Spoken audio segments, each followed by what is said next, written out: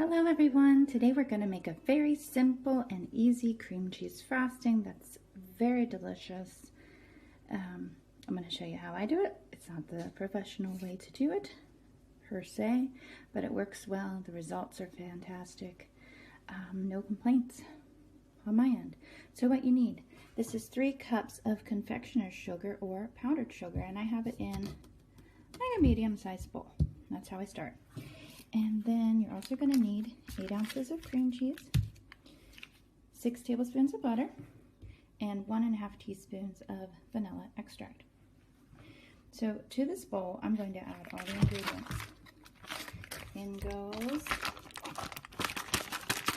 the cream cheese, maybe, there it goes. Okay, in goes the 6 tablespoons of butter. Beautiful. Now we are going to add the extract. It's going to be 1.5 teaspoons. And there's all of our ingredients. I just poured the extract over top. You can see.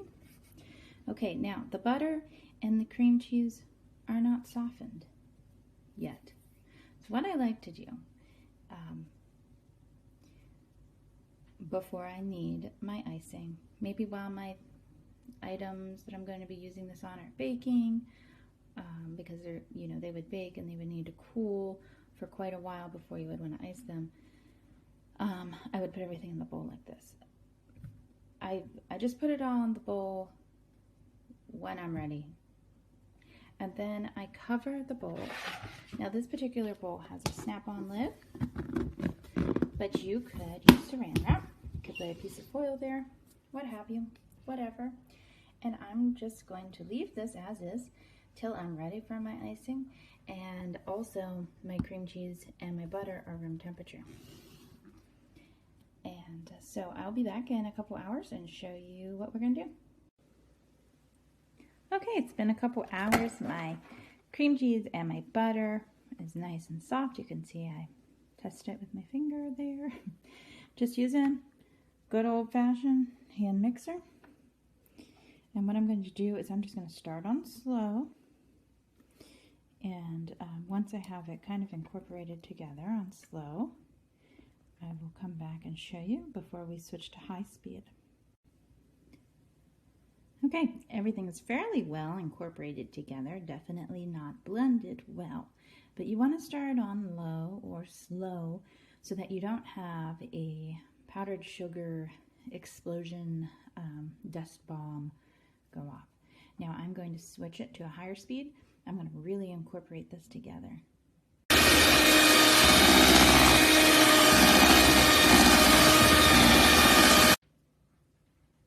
And here it is, our completed product.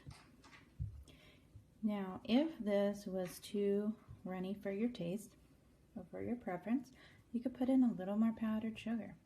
If it was a little dry, maybe measurements were slightly off somehow or another, and put in a teaspoon of milk and just add small amounts as needed. But generally, these ingredients, as I use them, work out beautifully. It does thicken as it chills because of the cream cheese and the butter. Now I'm going to spread these on some cupcakes I have over here, and I'm going to give them a light pink decoration, and I will show you the finished product. And there's our finished product. This icing is a million times better than a canned icing that you buy in the store. It has no preservatives, no ingredients that you can't pronounce. And honestly, the amount it makes is more than a container that you would buy at the store. And it probably costs, it might cost less too. So give it a try. It's pretty simple. Use a box of cake mix if you don't want to make a cake, and then make your own cream cheese icing. Start out small with making your own. Keep it simple, but I don't think you'll regret it. I hope you enjoyed this recipe. Check out my others. I thought I'd just show you this quick here at the end. This is what I got my decorations out of for my cupcakes. You can see I used the little pink hearts and I used the pink crystallized sugar.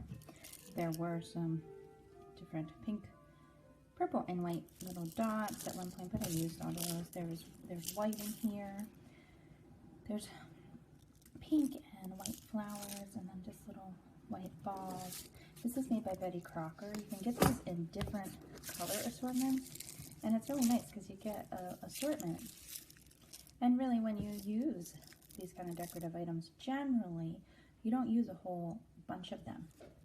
But another really cool thing about the top here.